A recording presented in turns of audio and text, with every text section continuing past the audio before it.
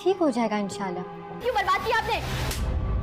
मैं हूं ना तुम्हारे साथ। और आगे जिंदा रहने का मौका भी मिलेगा। ड्रामा सीरियल कैसी तेरी खुदगर्जी में आप देखेंगे। दोस्तों, अब निदा अपनी बहन से बगावत पर उतर आएगी। उसे लगता है कि एहसन और महक के बीच में कुछ चल रहा है, जबकि दोस्तों ऐसा कुछ भी नहीं होता। लेकिन निदा को लगता है कि महक अभी भी एहसन को पसंद करती हैं। फिर वो गुस्से से अपने घर से आकर अपने अम्मी अब्बू के घर आएगी और वहाँ पर महक बैठी हुई होगी, ना किसी से सलाम ना दुआ, बस अपनी बहन पर चिल्लाना शुरू हो जाएगी और उसे कहेगी जब एहसन आपको इतना ही पसंद था तो आप उसे कर लेती ना शादी। निदा की अम्मी कहेगी, निदा ये किस तरीके से तुम महक से बात कर रही हो, तुम्हारी बड़ी बहन है और ऐसा क्या देख लिया तुम्हें जो अचानक महक पर चिल्ला रही हो। निदा कहेगी, अम्मी पूछे इसे, अभी भी ये एहसन की कार से उतर के आई हैं, इससे पूछे इन दोनों के बीच में क्या चल रहा है। महक अपनी अम्मी से कहेगी, रुके अम्मी इसको बोलने दें। फिर निदा अपनी बहन से कहेगी, एक तो चोरी ऊपर से सीना जोरी। वहीं पर अकरम साहब कहेंगे, क्या हो गया तुम दोनों को, क्यों लड़े हो आपस में। लेकिन निदा गुस्से से अपनी बहन से कहेगी, आपकी शमशेर भाई से शादी हो चुकी है, अब मेहरबानी करके एहसन को भूल जाएं। उस पर महक उठकर निदा को जोर से थप्पड़ मारेगी। फिर निदा रोती हुई वहां से चली जाएगी। अकरम साहब महक से पूछेगा, क्या निदा जो कहकर गई है वो सच है। महक कहेगी, जी बाबा, मैं एहसन के साथ ही आई हूँ। मैंने उसे बहुत मना करने की कोशिश की, मैंने उसे कहा भी था कि मैं टैक्सी में चली जाऊंगी, लेकिन उसने बहुत जिद की, इसलिए मुझे उसके साथ आना पड़ा। लेकिन मेरी बहन को मुझ पर जरा भी भरोसा नहीं।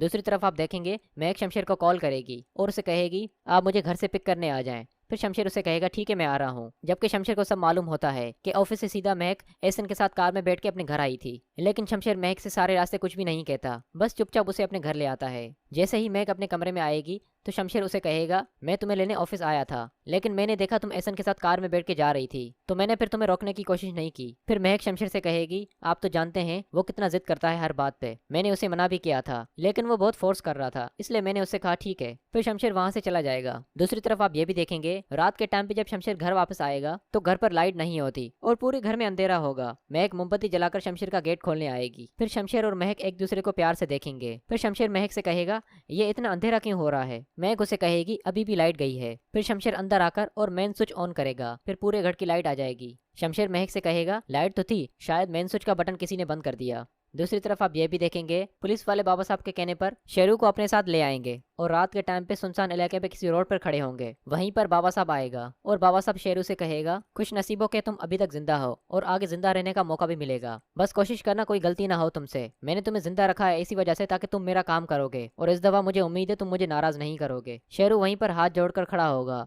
और बाबा साहब की सारी बातें सुनेगा। बाबा साहब उसे ये भी कहेगा, कोशिश करना आज रात काम हो जाना चाहिए, मैं कल सुबह तुमसे पूछूंगा, अगर कोई गड़बड़ हुई तो समझ जाना तुम चंद मिनटों के मेहमान हो। फिर बाबा साहब ये सब कहकर वहां से चला जाएगा और पुलिस वाले शेरू को वहीं रास्ते पर छोड़ देंगे और उसे एक गन भी दे देंगे। फिर शेरू वहीं रोड पर गिर जाएगा और बाबा साहब की गाड़ी के पीछे एक बंदूक तान देगा और सोचेगा, काश मैं बाबा साहब को जान से मार दूं। मैंने कसम खाई है कि मैं अब किसी की जान नहीं लूंगा, लेकिन बड़े मालिक के आगे मैं बहुत मजबूर हो चुका हूँ। अब देखते हैं शेरू महक की जान लेता है या नहीं।